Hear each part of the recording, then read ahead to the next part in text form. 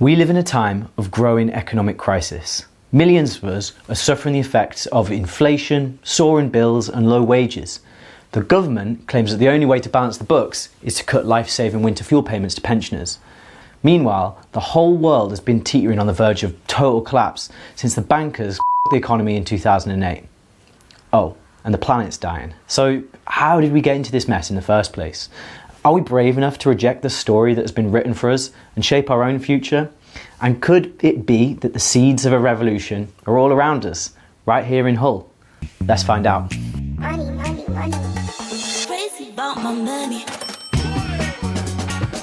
Money, money, money, money. Crazy about my money.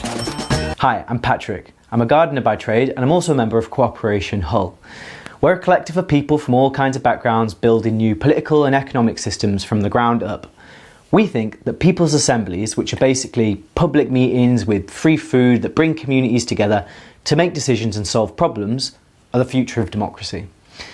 This video series is our humble attempt to sketch a history of the emergence of the global economy. The focus is on explaining key concepts in an accessible way, rather than getting into the nitty-gritty details, in the hope that you will come away from it empowered with an understanding of some of the massive systems that define our lives. In part one, we're going to see what we can learn from the way that our prehistoric ancestors met their basic needs. In part two, we're going to cover the emergence of the state and how capitalism became the dominant economic system. In part three, we'll take a look at the wave of political, economic, social and ecological crises that we face today. And finally, in part four, we'll shine a spotlight on some of the inspiring projects in Hull that are paving the way for a solidarity economy that works for people and planet, not profit. Money, money, money. Crazy about my money. So, what even is the economy anyway? First of all, I hate maths, and therefore economics always seemed far too complicated for me to understand. But I've come to realise that the whole system is set up that way deliberately to confuse ordinary people, so that we don't realise that it doesn't have to be like this. The word economy comes from the Greek word oikos, which means home, and neimon, which means management. So literally, household management. But this doesn't just mean your family finances. The economy includes the extraction of raw materials, the supply of energy, manufacturing, labour, food production, transport, financial markets, taxation, government spending policy, the printing and regulation of money, loans, debt and investments, as well as all sorts of informal sectors like unpaid domestic and care work, for example, or the criminal trade in drugs and weapons.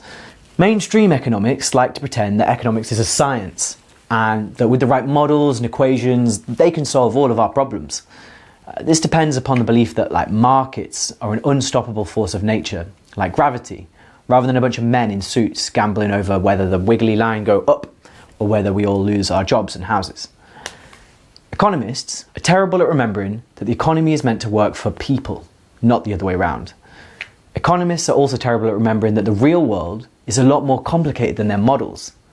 For example, nature doesn't fit neatly into their equations, so it's labelled an externality, which means it's basically irrelevant. In this narrow view, a forest has absolutely no value until it's been chopped down for timber. There's no price tag on dumping toxic waste into a river, so you might as well crack on. This twisted logic drives the destruction of whole ecosystems on a scale that would absolutely shock us if we actually saw it up close in our day-to-day lives. But it's out of sight, out of mind. But at the most fundamental level, everything that we produce, from plastic to medicine, comes from soil, forests, rivers, rocks, animals, plants and minerals. Without the basis of the planet's living ecosystems, our entire civilization would collapse overnight. So when we trash the ecosystems that provide us with food, water and clean air, the consequences are inevitable. A harsh wake-up call from Mother Nature. In this sense, economics really does mean the management of our home, the Earth. We think that it's going to take more than tinkering around the edges of our current system to solve the tsunami of problems that we're facing. The best ideas look to the past to understand what went wrong and what we can do better next time. So, let's go right back to the beginning. Money, money, money. Crazy about my money. It turns out that there's loads that we can learn about our modern day economic problems from how humans lived for the first 130,000 years of our time on this planet. For most of this period, humans existed in small clans of more or less 100 people. Life was hard. There are a lot more things that might kill you, like a saber-toothed tiger or a tooth infection. But archaeology reveals that hunter-gatherers had roughly a 17-hour work week, with loads of free time for playing games, sitting around the campfire, thinking about the meaning of life. There would generally be enough for everyone, as long as people didn't take more than they needed. As a result, early religious moral codes warned against the most dangerous sin of all: greed. An individual who hoarded food might find themselves socially isolated or even cast out. Men and women played different roles within society, but there was no concept of male dominance. The most successful hunters shared their kills freely with everyone else because they knew that it would be impossible for them to survive without those that raised the children, or crafted the tools, or gathered herbal medicines, or knew which water was safe to drink, or told the best stories on a cold night under the stars. People were poor in possessions, but rich in relationships, and they could always expect to receive whatever they might need from the collective. Many indigenous peoples who have managed to resist assimilation into the global economy still live by these principles today. If you think that sounds like a naive romanticisation of our ancient past, I don't blame you, but the fact is that human beings are naturally cooperative. We couldn't have survived without working together. So, what changed? Money, money, money. Crazy about my money. Well, around 8,000 years ago, humans discovered that you could plant the seeds of your favourite plants and save some faffing about looking for them in the forests. Nomadic tribes began to settle down into villages and work the land. Although farming actually required a lot more hard, repetitive labour than foraging, and the diet was less varied and healthy, the payoff was an abundance of calories and a regular harvest. For several thousand years, there was somewhat of a golden age in which the old communal values coexisted alongside revolutionary new technologies like iron and cloth and fabric. But gradually, a new social order began to emerge. At some point around 6,000 years ago, a small group of old men decided that sharing everything was too woke and that things would be a lot easier if they were in charge. They tried to convince society that all of the valleys and fields and rivers belonged to them and that everyone had to give them a percentage of their grain harvest.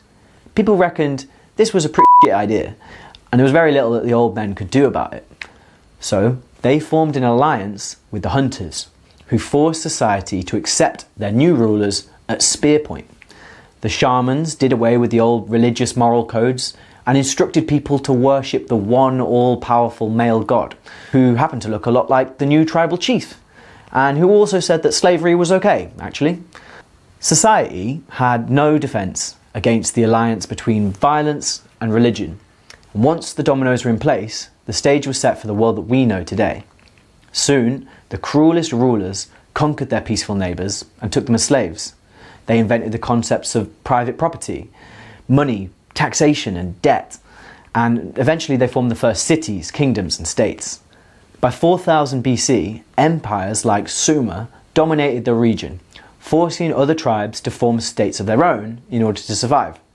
Civilization had begun, and with it, what we know as economics. Since then, history has essentially been an epic power struggle between who you might call the elite or the ruling class and the entire rest of humanity.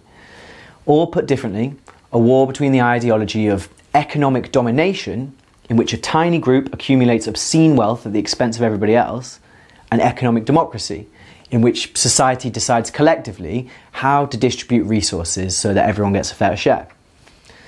Well, me, that's a bit heavy, isn't it? And it would be a proper downer ending if it was the end of the story. But it's not. In part 2, we'll cover how economic domination came to exist in the form that we know it today, capitalism.